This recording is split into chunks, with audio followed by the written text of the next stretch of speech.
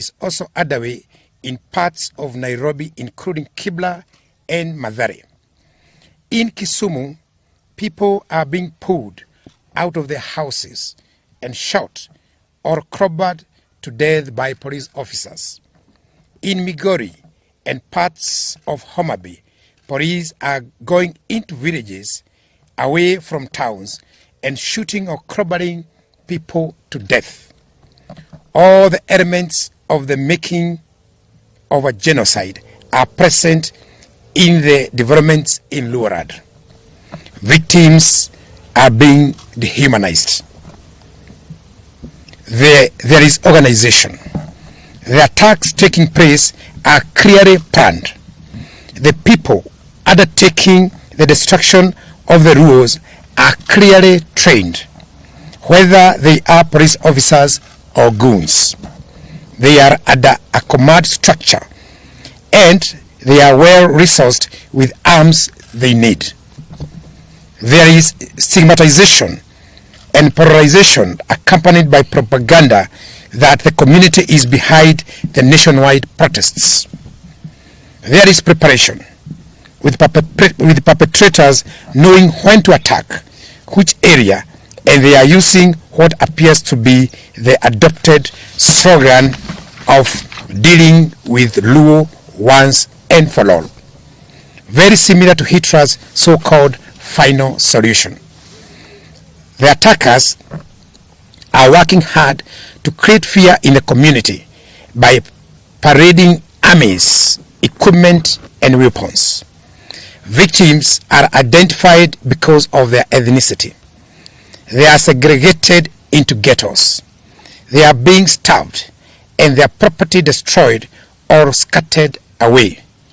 Murders are taking place in ways that are deliberate and systematic campaign of violence. This crackdown has been concentrated in slums and other low-income areas of the county where the so-called hustlers, in whose name the interests the Kenya Kwanza regime claims to govern. We condemn the unacceptable and illegal massacre of the Luo community, whose only crime is to participate alongside other Kenyans in protests against Kenya Kwanza policies. We condemn and demand an immediate end to the traumatization and profiling of the Luo community, particularly the children who are being made to pay a price they do not understand. The genocide underway in Luoland is not accidental. It is coordinated and premeditated. It is being coordinated by political and government leaders, both from the community and outside. But it is not just in Nyanza. In Mathare and Kibra in Nairobi, citizens were traumatized and tear gas canisters locked in their houses. A father who confronted police for hurling tear gas into his house, causing his child to faint, was manhandled and bundled into the police lorry like a criminal. His whereabouts remain unknown. Several people were shot dead at Cross Ridge by non-uniformed and uniformed police in Nairobi, Nakuru, Mlolongo, and Makwiny by police mainly in plain clothes. Shot and killed citizens, a majority of whom were going about their daily business, and others lied at their places of work. Similar executions have occurred in Kisii, Busia, and Kericho, and elsewhere in Kenya, all in the name of stopping citizens to exercise their constitutional right to hold peaceful demonstrations.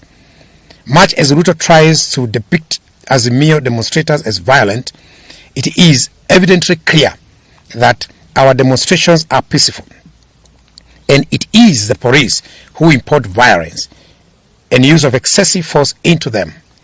We remind all that whenever Azimio hold rallies and or demonstrations without police interference, they end peacefully without violence or distractions. The decision by police command to force to end peacefully without violence or distractions. The decision by police command to force access to homes is sharply and unnecessarily escalating tensions and costing lives. Inspector General of Police, Mr. Japhet Koome, and CS Interior, Professor Kithure Kindiki, must immediately withdraw police officers from people's homes and residential areas, especially now that there are no demonstrations. The developments in Nyanza take place against other equally worrying actions by the state.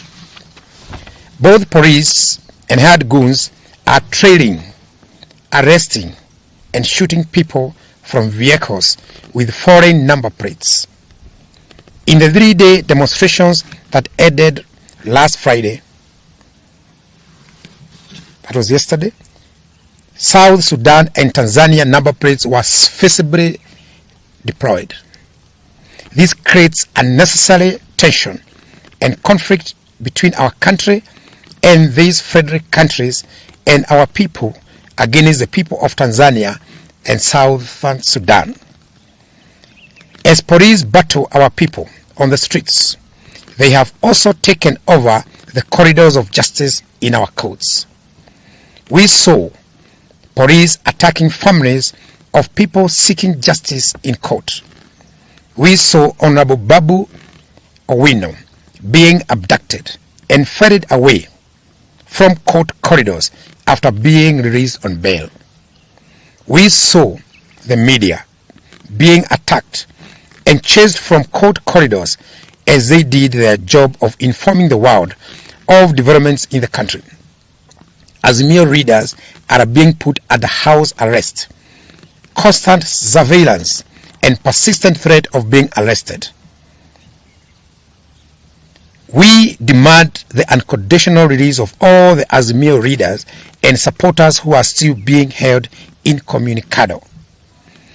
These developments also happen against the backdrop of constant verbal, unwarranted diatribe against Uhuru Kenyatta, the fourth president of Kenya, and RUTO's boss for 10 years from 2013 to 2022 August. The withdrawal of security of his mother, Mama Ngina Kenyatta, the attack on his son, Jomo, by uniformed police, claiming to be police, and the attack and vandalization of the Kenyatta family Northern's farm. These are all acts of grave provocation, not only to Uhuru Kenyatta and his family, but also to all right-thinking Kenyans. Clearly, RUTO has for all intent and purposes suspended the Constitution of Kenya and is following his whims. We shall not watch helplessly as RUTO and his cronies completely dismantle the Republic of Kenya as set up by our Constitution. We shall not surrender our rights, including the right to life, dignity, and the right to peaceful protest. We shall not surrender our voices or agency. We shall fight for our rights as we have fought for them before, and as our fathers fought for them before last. We call on all right-thinking members of society to rise up and be heard. Let us all say enough is enough. William Ruto and his illegitimate regime must listen to Kenyans. All these actions by police undermine the rule of law and the Constitution. These actions point to the emergencies of a police state in Kenya. However, these actions that have left scores of Kenyans dead have earned police praise from William Ruto. We wish to make it clear that our people will not surrender or be cowed. We further make it clear that we will pursue no engagements with Kenya Kwanza whatsoever until these hostilities and their perpetrators are apprehended. We remain determined to right the wrongs being inflicted on our people, including state-induced high cost of living. Our peaceful countrywide demonstrations will continue next Wednesday. We are serving notice to all the OCSs across the country for the Wednesday peaceful demonstrations. In the meantime, the signature collection, which now starts at 8 million, continues. Thank you very much.